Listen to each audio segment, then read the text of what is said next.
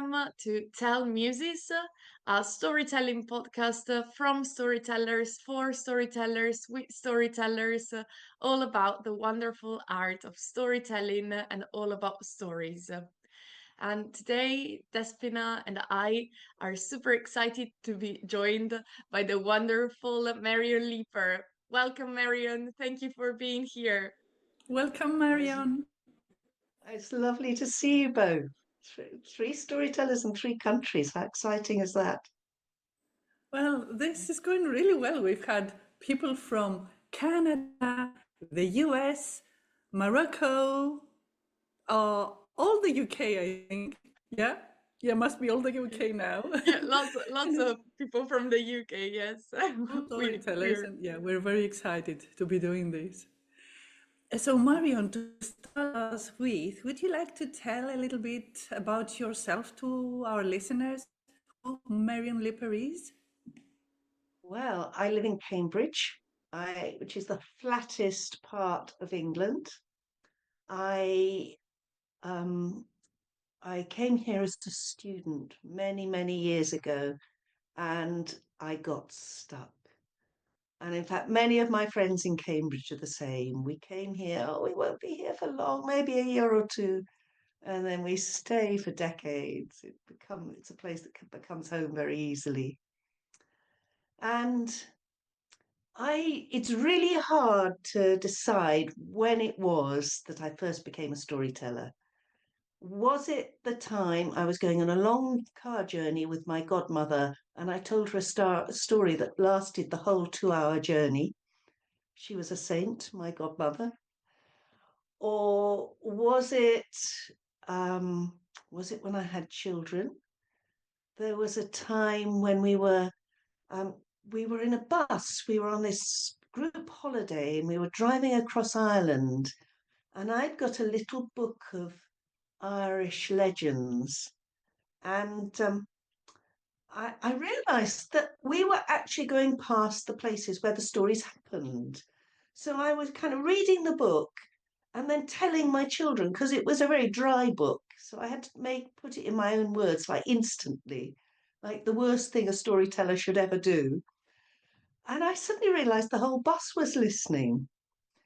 And so there are all these little moments like nudging me into telling a story. And then I was teaching, and I realized that quite often I'd start telling the story instead of reading the story at the end of the day. And I realized it was the bit of the day I enjoyed most. And so bit by bit, I became less of a teacher and more of a storyteller. And then the teaching just went. As we're all educators here in this company, I think we Oh, totally feel you. This hits home because this is how it started for us, I think, Simona. I mean, by realizing not just that telling a story was the best part of our day, it was also the kids' best time, the part they enjoyed the most. yeah, yeah. And it's the best way of teaching. You remember it in a story. Yeah, absolutely. Yeah, well, we could talk about this for ages, I think, how stories are so important for teaching and how you can pass messages through stories or for example Despina and I are both language teachers and you see the language in action in a story. It's not dry on a book sentence by sentence all complete with the word the right word. You actually see the language in action during a story, and it's entertaining and the students really want to listen to the story and listen to the language actively. But Yeah. you said, Marion, that you were reading stories from the book, and you had stories, Irish folk tales on your book, and then you said that you told stories to your students, and I always like to ask, what kind of stories do you like telling? So, what kind of stories did you used to tell to your students, for example? I what I really like I feel that children need big stories. So, as an educator, I was really influenced by the philosophy of Reggio Emilia, which is kind of not that far from you, Mona. And they believe that children are not like powerless, empty vessels waiting to be filled up. They're rich, strong, powerful learners, and they need serious stuff. So I think children need big stories.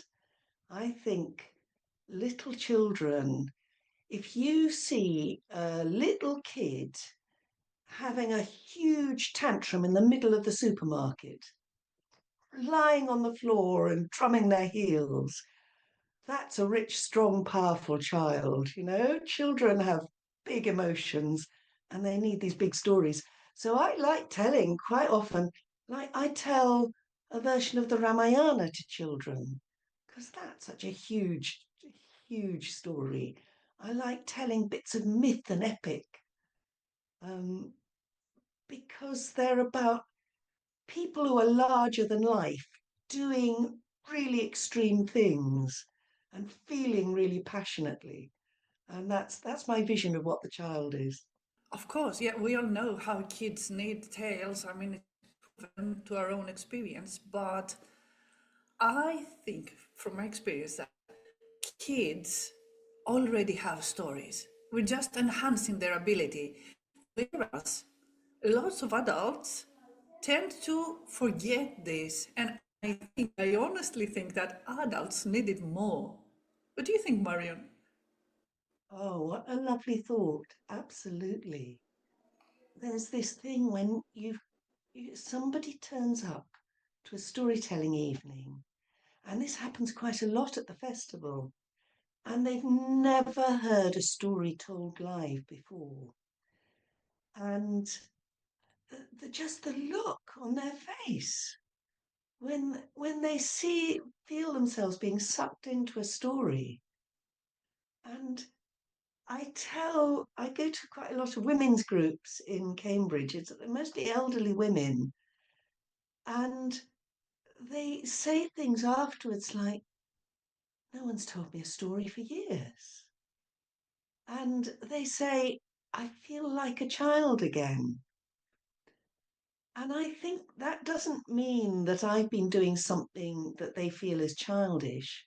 I think they're tuning into a way of feeling that they haven't tuned into. You kind of put it aside once you become a grown up. Speaking of myths and legends you so like to tell, would you like to tell us a little bit about the epic weekend you organized? Oh, yes, I would very much. It was so lovely having you last year, Despina. And we'll have to bring Mona along next time. So, um, quite a long time ago, about 10 years ago, uh, longer than that, I was in the States and I went to a storytelling festival in Texas, which was a whole other experience. And I met this woman who put on an epic weekend. Actually, no, it was an epic day. And she'd been doing it for 20 years and she'd been through all the great major epics of the world. And she was telling me what a powerful experience it was to get a group of people together in a house for an extended time, telling a story together, every person telling a little bit. So everyone's the tellers and everyone's the audience. And I came back home and I found that it had been happening in England. There was a wonderful woman called Christine Cooper who'd organised two epic weekends, and they told the Iliad and they told the Odyssey. And then it had sort of lapsed. And so I and a couple of friends revived it. And now it happens every year. It's run by me and my friend Kath Edwards. And we try and alternate between British British epics and stay close to home, and then epics from all around the world. And so last year it was Robin Hood, and next year it's going to be Chinese epic. It's going to be the Monkey King, which is one of my favorite epics in the whole world. It's um, it's not a very heavy epic. It's quite a funny epic. The Monkey King is quite a comic character, and he's my vision of a powerful child. He just sees everything from such a different point of view, and he's completely anarchic. I So think yes, he's an anarchist, really. absolutely, He yes, goes yeah, against every authority. He's very peculiar and a hero or slash anti-hero, I'd say. yes, yeah, and kind of good-hearted when he remembers. He has to be reminded occasionally, yes. Yes, yeah, I had a few chunks of the myth since childhood by watching, cartoons and the like, but I had wow, never yeah, delved into it. So this is what it's like, Simona.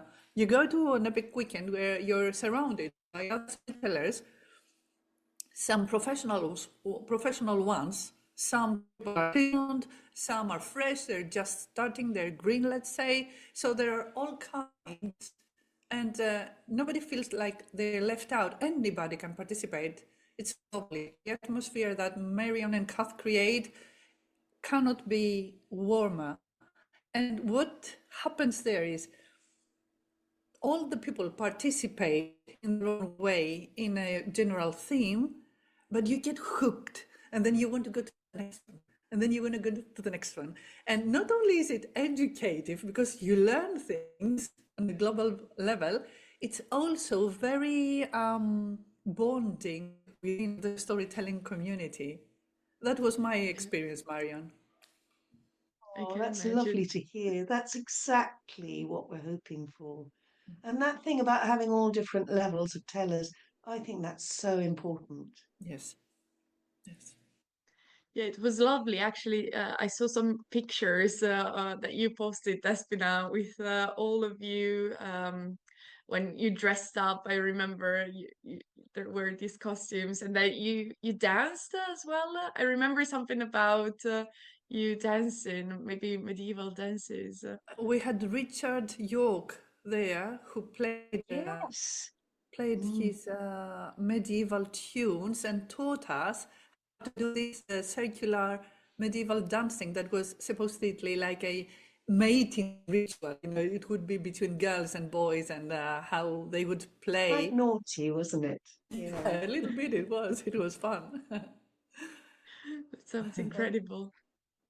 Yes, yeah. And we have the Saturday night quiz, which always involves dressing up. It's got all these little root sort of yeah, its own little rituals that happen every year, which is a really fun part of it. Well, I was totally useless for my team during the quiz because I had no knowledge whatsoever of botanics. All the people recognized some leaves and they could tell the proper Latin name or common language name, and I was helpless. So I was just told to, just sit there and look intellectual. Well, it's a very important thing to do. And Marion, I'm sure that all of the weekends that you organized were incredible, but have you got one that you think was the best one that you organized, that you're really, really proud of? Oh my goodness. I was I well, they grow and they're more fun and they're richer and they're more exciting every year. But I'm still really proud of the first one because um, I'm a person who jumps in at the deep end. So I began with quite a difficult epic, which was the Persian Shahnameh. And for British people, it's difficult because it's such a different culture. And there's not a sort of, everyone roughly knows who Odysseus is. So they've got a sense of how the Odyssey goes. But people didn't know anything about the Shahnameh. And it was the first time I'd done it. And I just sent some emails and people said, what a good idea. And they came. So I'm quite proud of that little beginning because it took me quite a few years to get up my courage to do it. So yeah. So, from all the epic weekends that you've done so far, is there any one particular tale that, got stuck in your mind, in the backside of the brain? We're giving you tough Mm, choices, Marion, I know. you're asking such hard questions. Um, I've loved, oh, goodness me. I've loved lots of stories from each weekend. Quite often there's this, yes, when we did King Arthur, it wasn't a story I told. Um, the story I told, I was so taken up with organising that I hadn't. I tell it now and I love telling it, but I'd hardly rehearsed it, so that was a bit weird. But someone else told a story that's quite a hardcore Arthurian story, and I loved it so much. And now I've made my own version and I tell it. And it's the story of the knight with two swords, and he's Could we Sir please, Balin, could we and it's please have this such a story? Would you like to tell tragic. it to us? Oh my goodness. I don't know. It's up to you. You can tell another one if um, you like, but I'm yeah, no, I won't. I'll the tell you rules. about that one. It's a long story, Ah. and it would um, you'd end up in tears. We can't have that on a lovely Friday Oh, morning. it happened before, don't worry. It's just I love that one because it's it's really fierce. It's really full of battles. It's men hitting each other and doing each other lots of injuries, and it doesn't glorify that. It says, look, this is what happens. This is how much grief is caused when people fight. This is how people with the best intentions end up doing these terrible things. So I think that's why I like the story of Sir Balin. Um, but yeah, I'll tell you a King Arthur one because there are really few King Arthur stories in Cambridgeshire and in the whole of East Anglia. You know, King Arthur comes from Wales and Cornwall and Devon and London, Somerset, all those places in the very picturesque south and west of England. They have King Arthur. There's one story that's made its way to the Fens, and it comes from a very picturesque little town just south of Cambridge called Saffron Walden, and now it's the town with the best coffee shops and the most expensive clothes shops and the oldest and prettiest buildings. But it's also the place where the story of the cockatrice comes from.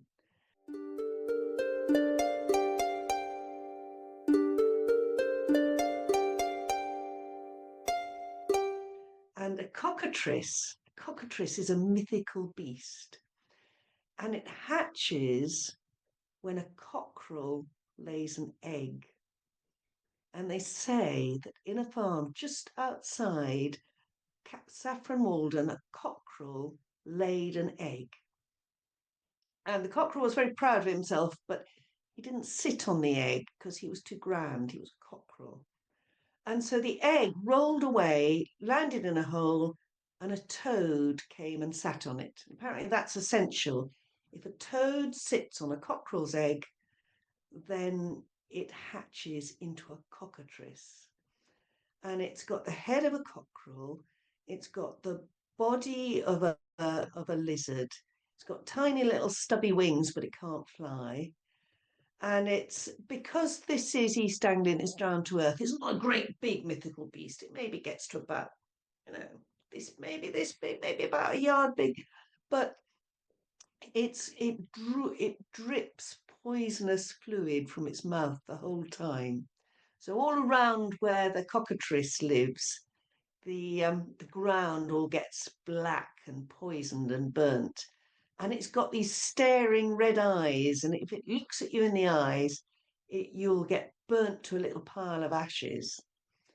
So this cockatrice was laying waste the land round Saffron Walden, and the people in the town were in despair. They didn't know what to do. And they were desperate for someone to come and fight. But, King Arthur's court's the other side of the country. There aren't sort of brave knights in armour.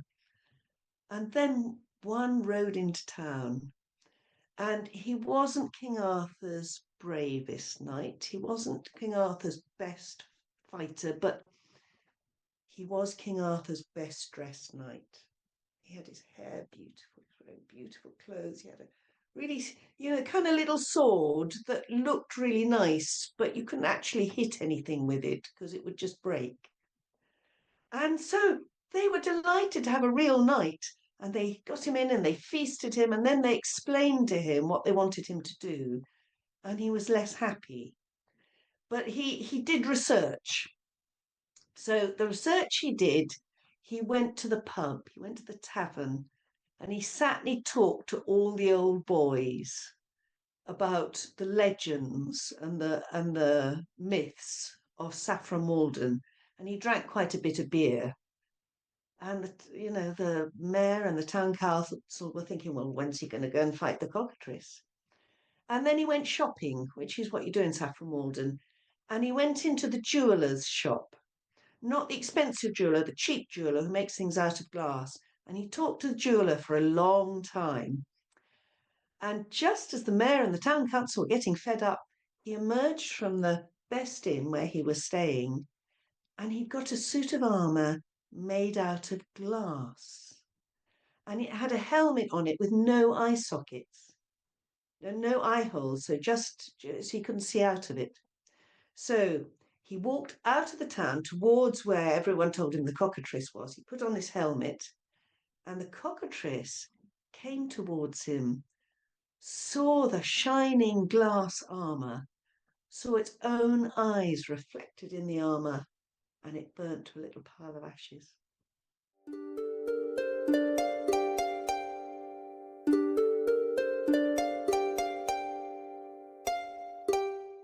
And there's in the museum in Saffron Walden, there's a little carving of the knight on one side and the cockatrice on the other of a fireplace.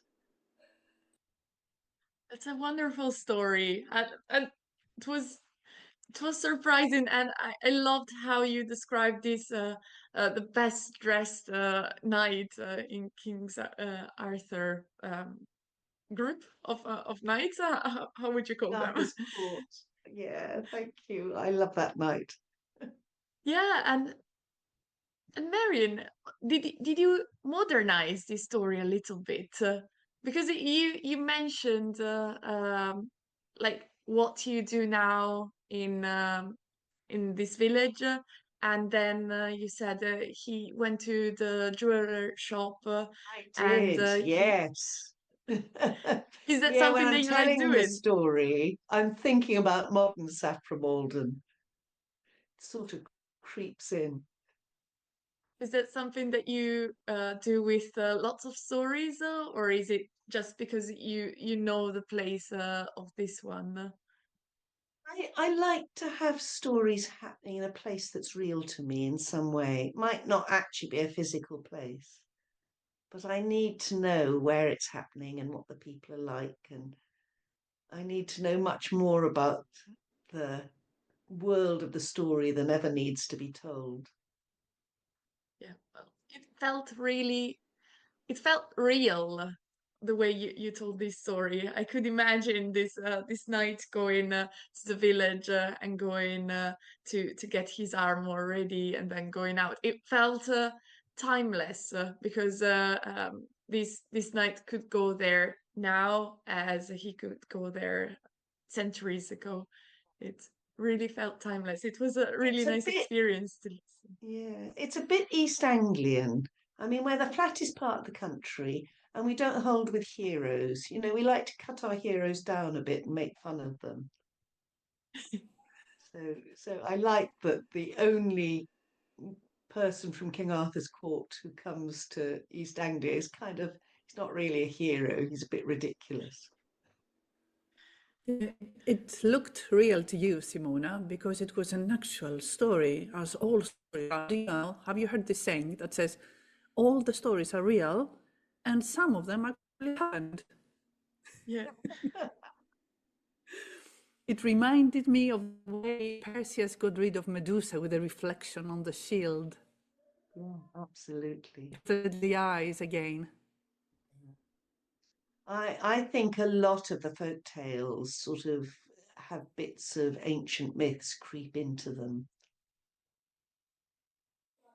They do, I'm and we can sure. find motifs, let's call them, the same thing over and over again in different variations in some stories throughout the millennia. People have been telling stories. Some of them have survived because they were written. Others have been transmitted through oral word, spoken word, and thus every time they're being retold by a new teller, they change a little bit, and that's how we have so many variations. Also, luckily for Yes. us, people have been traveling since ancient times, and commerce brought a lot of stories around, especially here in the Mediterranean area where Simona and I are. It was very common to share stories with, people from the Middle East or the north of Yes. Africa. You wouldn't expect to find some stories. This is really interesting. I think there has And been research of individual, people writing theses and the like. Sometimes they search these things, and it's very, very interesting how we have different variations, or the names of the heroes change, but you can see the common steps in the adventure sometimes, and sometimes there are new steps. yes, yeah. And there's a theory that in the last century, it was the First World War spread stories because you'd have officers and men all together in a trench, nothing to do in the evenings but tell stories. And the the ordinary soldiers would have grown up with folk tales. The officers would have grown up with classical mythology. And so those stories would get sort of interchanged between the two. That's a wonderful image to have in our minds. That reminds me a little bit, not with the officer and the soldiers, but of another story that I've heard lots of times. It's the story of the two soldiers that sit down and tell each other stories at the end of a great day of battle. And then they decide to go their separate ways the following day. Because once you've heard uh, the stories of your enemy, the person cannot be your enemy anymore. And so these battles, this place where there's so much horror going on, and the thought of officers and soldiers sharing stories, or of soldiers of two separate um, countries sharing stories, because we are all human at the end of the day. So it's something human to do. That story was made by an American storyteller called Dan Kedding, and I think it's based on an episode in the Iliad of Diomed and Glaucus. And it describes how they meet in the middle of the Trojan War. And Glaucus is wearing this sort of really fancy uniform. This is a bit of a theme. And they exchange names. And Diomed said, "Oh, my grandfather went and stayed with your grandfather."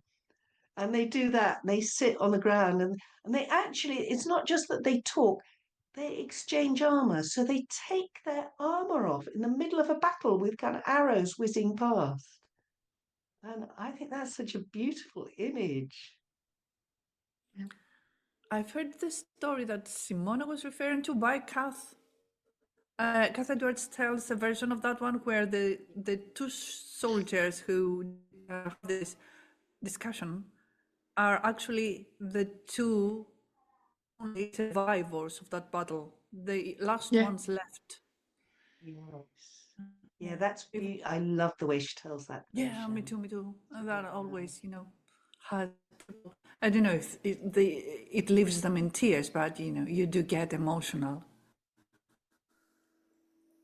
And well, another thing I know about our Muse today is that she organizes the East Anglian Festival, Simona.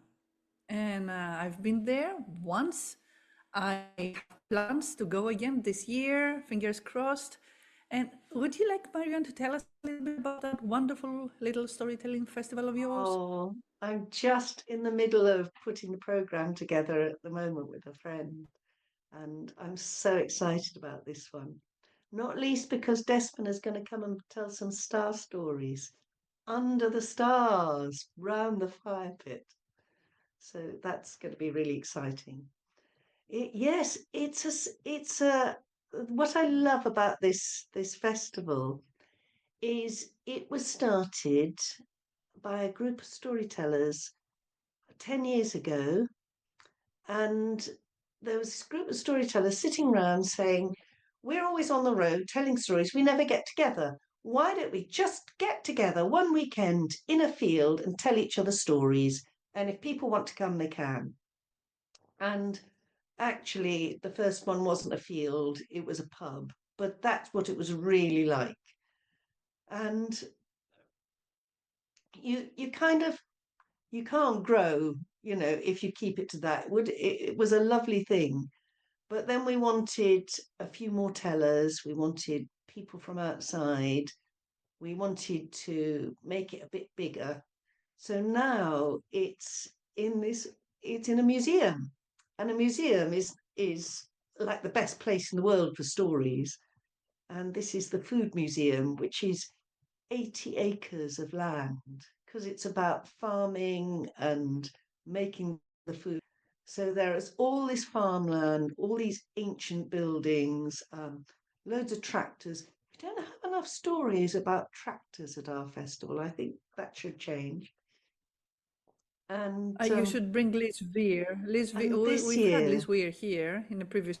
She was the first muse in the first episode of this podcast, and I think Liz, due to her heritage and the place where she resides, would be the best one to give track stories.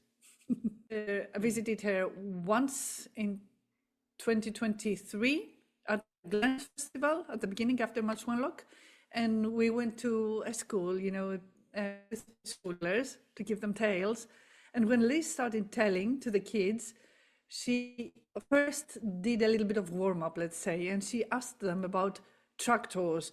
And all the kids went wild because all their dads would have this model and that model, and they knew everything about tractors. It was incredible. oh, she's a very clever lady, isn't she? I love the way she communicates with children. So, sorry for the interruption. Please carry on about the festival. We're so interested. Oh, that was lovely.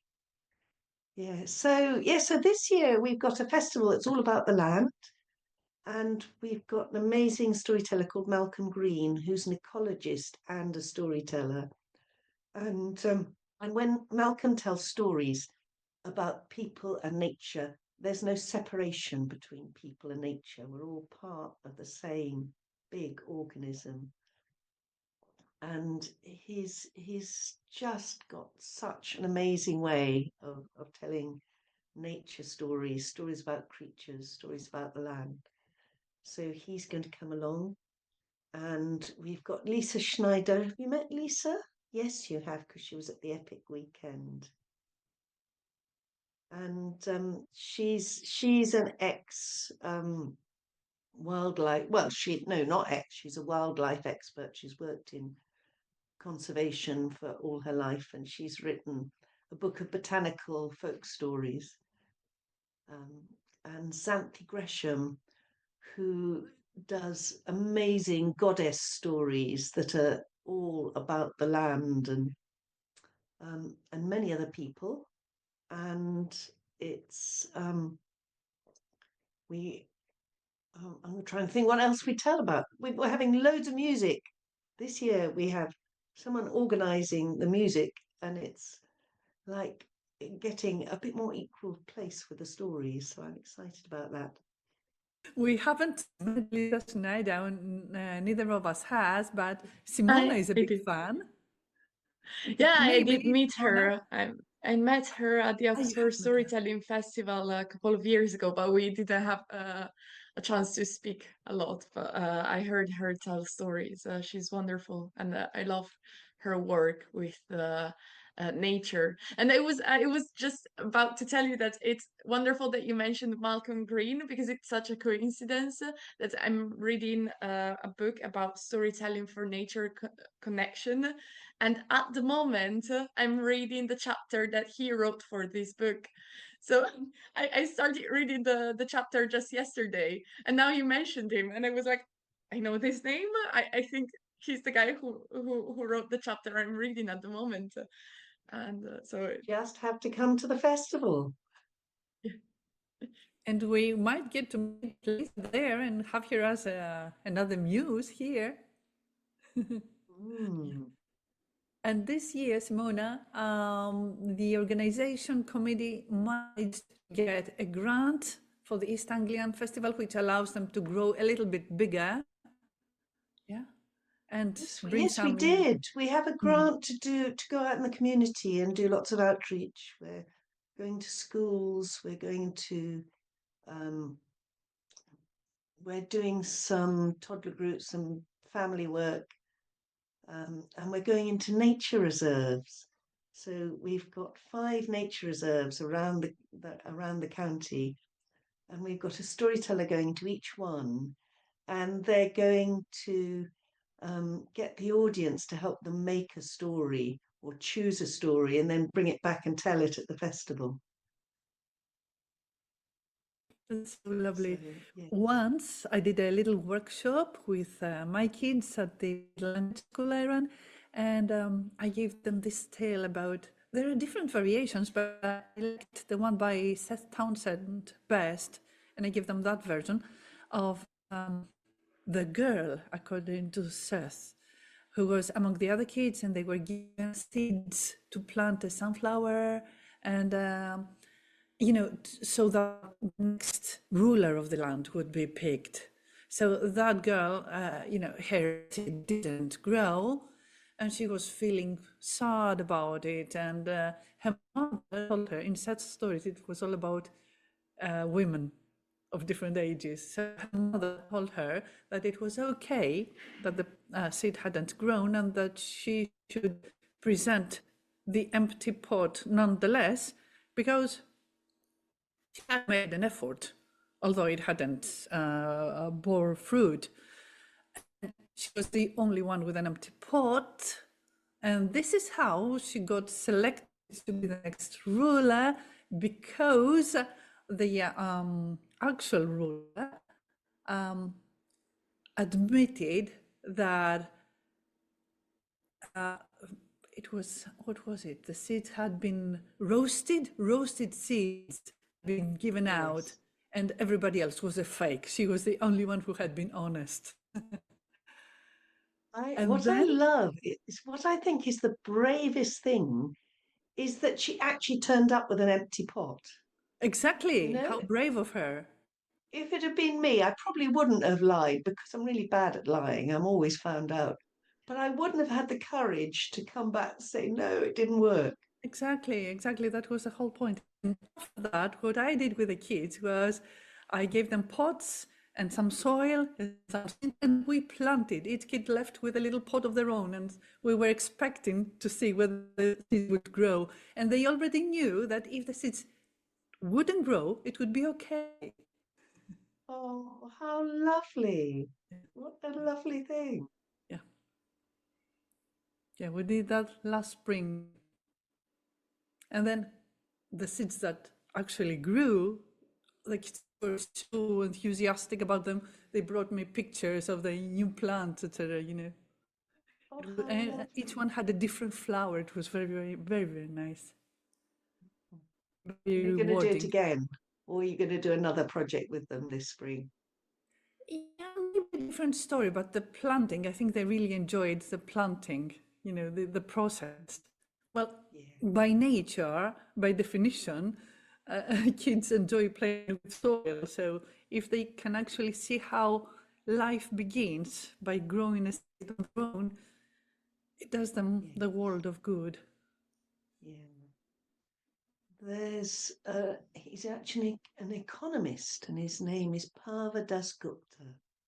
And he says that he writes about the economics of nature.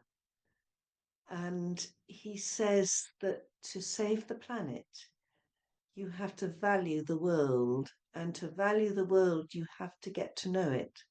So he says the most important thing to do to combat climate change, to save the planet, is to take children out into their own backyard and show them nature and get them to learn to know it. And that's the only way they'll learn to love it. I think that's beautiful.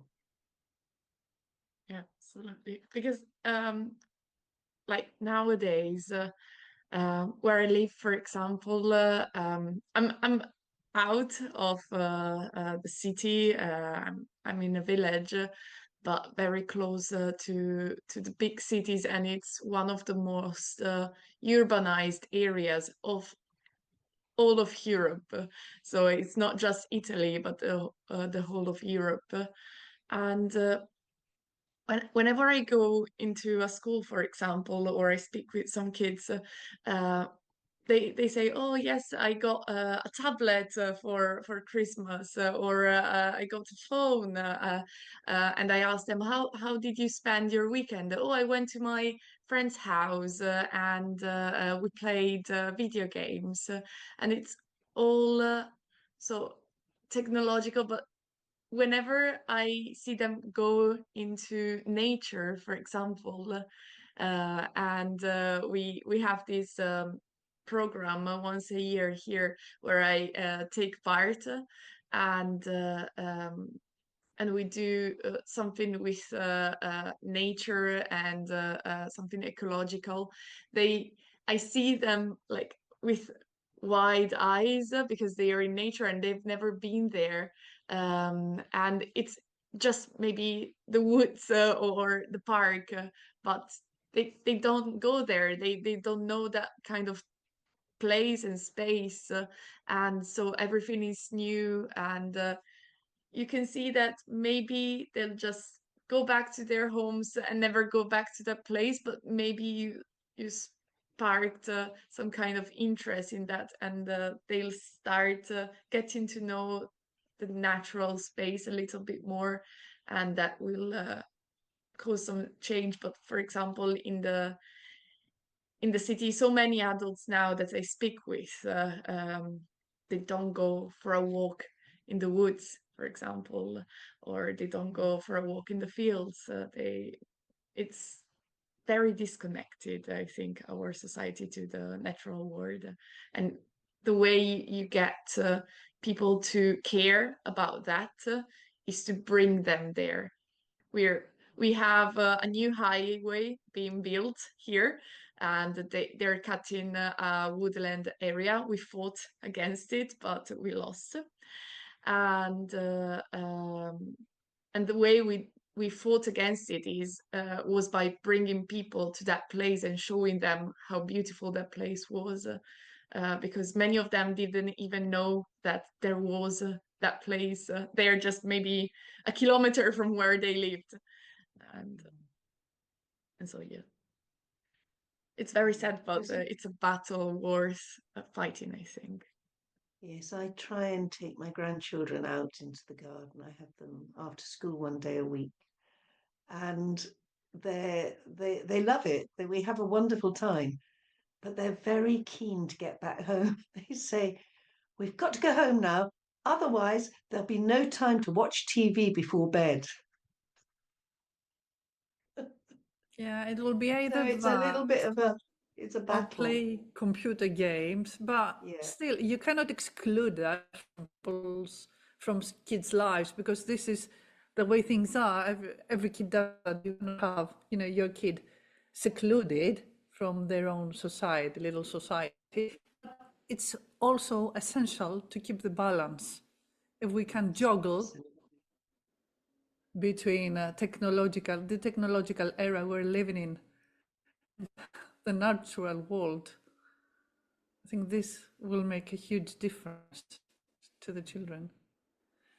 And I So mean, back to the yeah, festival. Oh, here sorry. are we all sitting on a screen. It's Yeah, extraordinary. It's brilliant what technology can do. yeah, it's got its very positive aspect as well. I mean, overuse is what destroys things usually. So back to the festival, Simona. One thing I'm really looking forward to this year is listening to Daniel Mordens in person. Morden, Yes. Daniel yeah, Morden, yeah. yes. And he's telling some Greek myths. So I've read. I'm very excited. Yeah, he's And telling some Greek Hugh Lapton myths, is going to and be there as yeah, well. and they're going to be telling something together, which Mm. is very exciting. Yeah, they're two big heroes. We're really lucky to have them. But it's a bit like the Epic Weekend. We have really new storytellers as well, really local storytellers.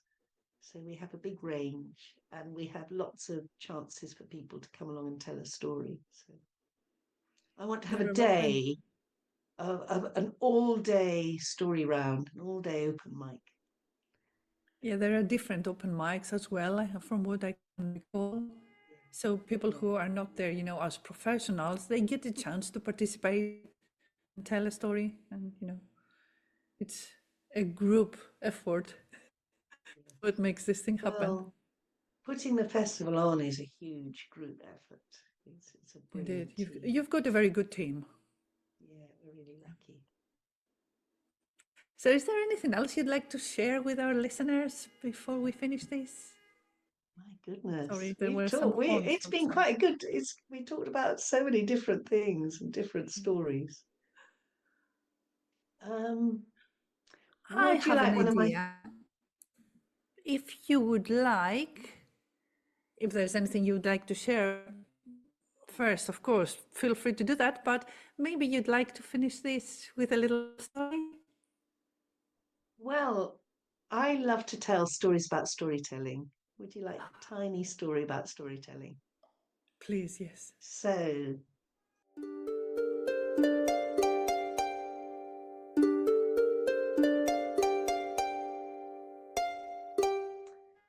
it's another one with castles and knights and things. It begins with this big castle. Uh, well, a palace, really. And it was beautiful. It was all hung with velvets and silks, and it had gold and silver. It had beautiful mirrors everywhere.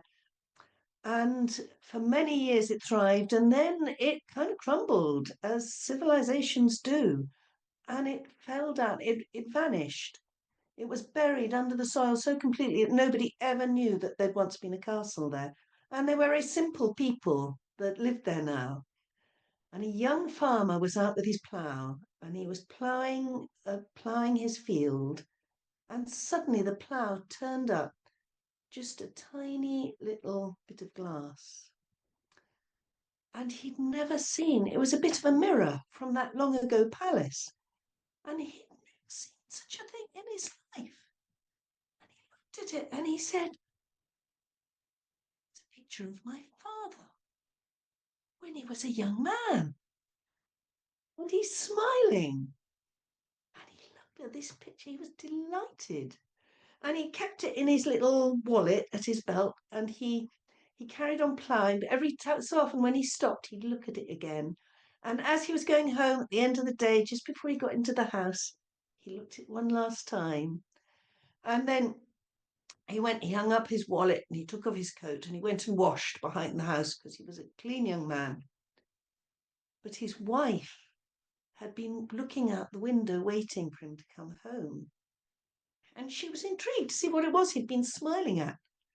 So she went, she got the wallet, she looked inside, she got out the bit of mirror, and she went running through to her mother-in-law, the old woman who was sitting stirring the stew by the fire. And she said, look what your son's got. He's got a picture, and he keeps it in his wallet, and it's of a woman.